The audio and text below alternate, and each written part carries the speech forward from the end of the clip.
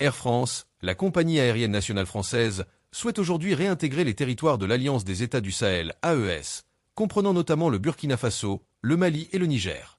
Elle a perdu environ 65 millions d'euros à cause de son absence au Sahel. Pourtant, ces pays ont fermé la porte à son retour. La décision d'Air France d'arrêter de desservir ces destinations lors des récents coups d'État dans la région a suscité une vive réaction des autorités locales, qui ont riposté en interdisant à la compagnie de reprendre ses activités sur leur sol. Dans une récente interview accordée à Jeune Afrique, la directrice générale d'Air France a exprimé son désir de voir la compagnie renouer avec ses marchés stratégiques. Elle a notamment évoqué l'importance économique du Mali, où l'absence d'Air France représente une perte significative. Cependant, cette volonté de retour soulève des interrogations. Pourquoi Air France souhaite-t-elle désormais desservir ces pays, alors que la situation géopolitique et sécuritaire, d'après les autorités françaises elles-mêmes, n'a pas fondamentalement changé depuis la suspension des vols? Avant de continuer, je vous rappelle les propos de son Excellence Abdoulaye Diop par rapport à cette affaire. On se lève une compagnie, vous avez des conventions. Il y a des gens qui quittent les États-Unis, ils sont dans l'avion avant d'arriver à Paris, tous les vols sont annulés, ils sont à Tunis encore, ils n'ont pas pu arriver ici. La compagnie se lève seulement, dit que nous on a fermé parce qu'on a des problèmes avec le Mali. Alors il n'y a aucun problème. Si c'est pour sanctionner le Mali parce que le Mali a supporté le Niger, on va le faire, on le fera.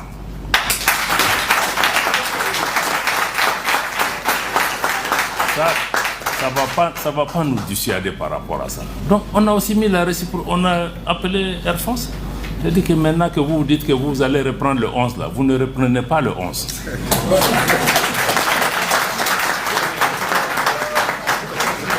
Et quand vous serez prêt, vous allez faire le rang à la queue.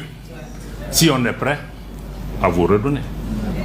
Et entre-temps, on leur dit que vous n'êtes pas les seules compagnies au monde.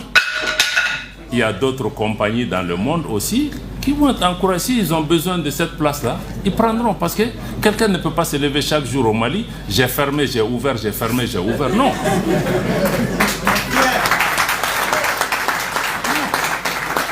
Donc ça, il faut aussi qu'on nous respecte. On respecte même la clientèle parce que ce n'est pas du bétail. Il y a des gens qui sont bloqués à Paris depuis combien de jours? Ils sont là, ils ne peuvent pas faire ça aux États-Unis, ils ne peuvent pas faire ça dans d'autres régions. Ils font ça chez nous. Vous vous levez, Burkina, Niger, Mali, on a fermé. Donc il faut que les gens comprennent. Ils ne peuvent pas venir. Ici, c'est une compagnie commerciale. Elle gagne de l'argent. Air France gagne 500 millions de francs CFA par jour sur la destination Mali. C'est nous qui gagnons? Bon, donc moi je crois que la réciprocité, elle est importante. Et nous avons dit à la France, nous avons dit à tous nos partenaires, il faut qu'ils comprennent. Je crois que le Premier ministre par intérim a dit sur la tribune de l'Assemblée générale des Nations Unies, le Mali va désormais appliquer la réciprocité. Tu tires une balle, on va répondre.